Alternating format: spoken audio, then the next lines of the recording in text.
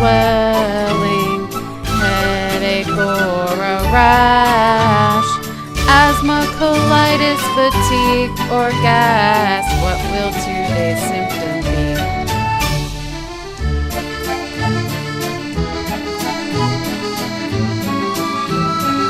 My loopy life with lupus.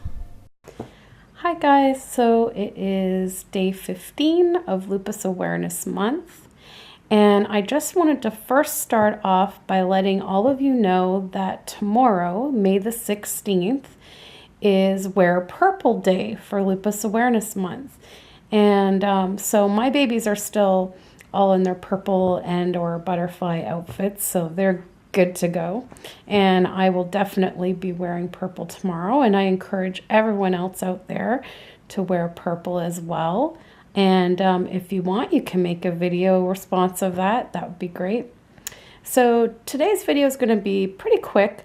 I'm just going to be reading a story from the Lupus Ontario quarterly newsletter. It is a patient's story. His name is Kevin McGill. So this is a man with lupus, which, as we discussed yesterday,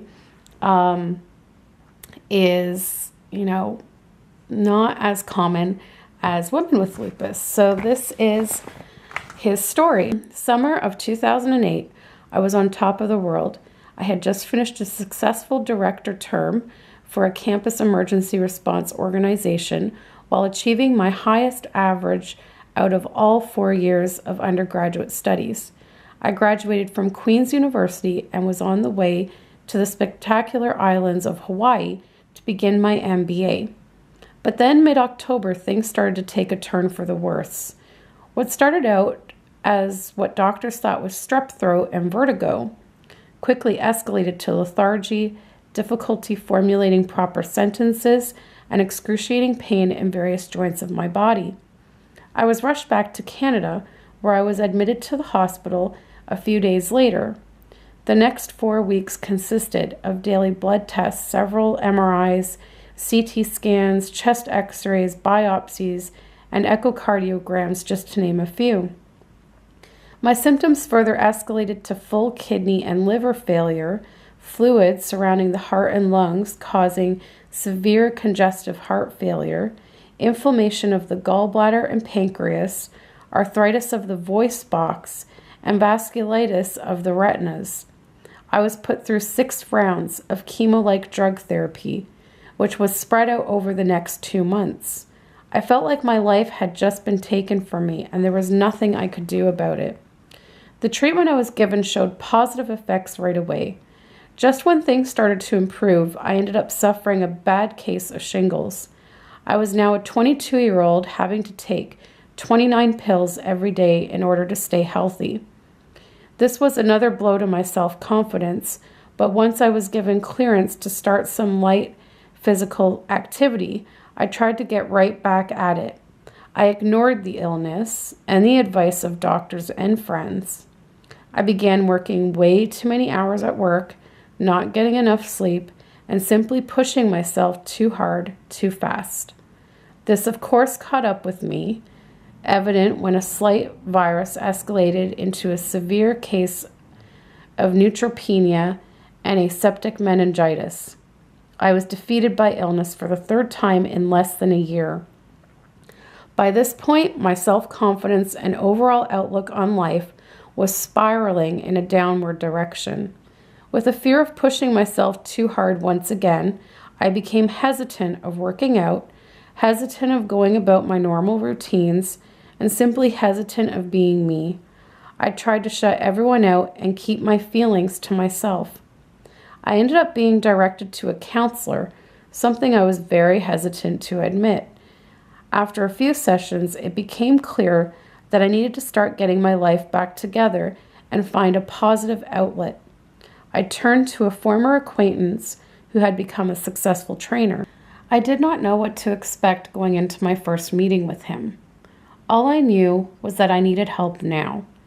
After spending an hour talking and hearing his passion for not only working on physical well-being, but also mental well-being, I had found my outlet. Seeing that he was excited to help me get back on my feet was the inspiration I needed. We ended up training at least 3 times a week on top of weekly hockey games that I continued to play. My self-confidence became higher than it had been since I graduated, which was something I was not sure I would ever get back. I learned to control myself and listen to what my body was telling me.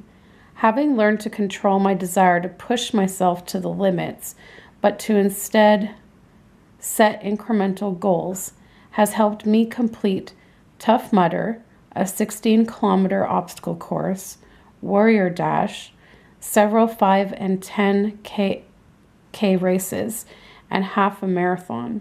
I am now working with one of the largest IT consulting firms in the world, am comfortable interacting with others once again, and more importantly, have recovered fully from all of my health ailments.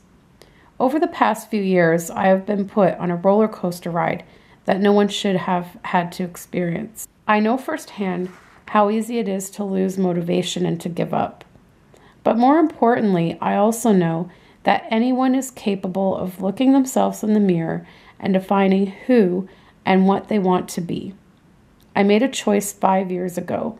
I chose not to let this illness define who I am, nor who I will become. I now feel more comfortable with who I am and have incorporated a slight bump in the road with who I will now become. This approach is by no means the most effective approach for everyone, but I do urge you to find something that you are passionate about and to set goals for yourself, no matter how big or small you think they may be. Have someone there with you to go about your journey. You never have to get through this on your own. The most important thing is to find what works best for you and to know what you can focus your energy on during those difficult times.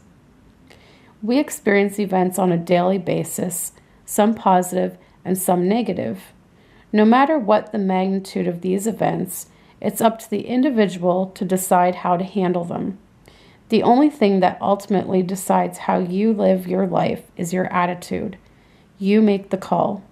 I went with a positive attitude, and look how far it got me. So I hope you enjoyed that little story from a lupus patient. It's pretty inspiring when you hear stories of lupus patients, learning how to manage their illness and, being well and accomplishing things. So it's really encouraging to hear because you often hear about the worst case scenarios with lupus, but it's not too often that you hear about people, successfully managing and coping and, those kind of things. So I hope you all found that inspiring. And don't forget to check out the links in the description below. And don't forget to wear purple tomorrow for Wear Purple Day. Thank you so much for the support, guys, and we'll see you in the next video.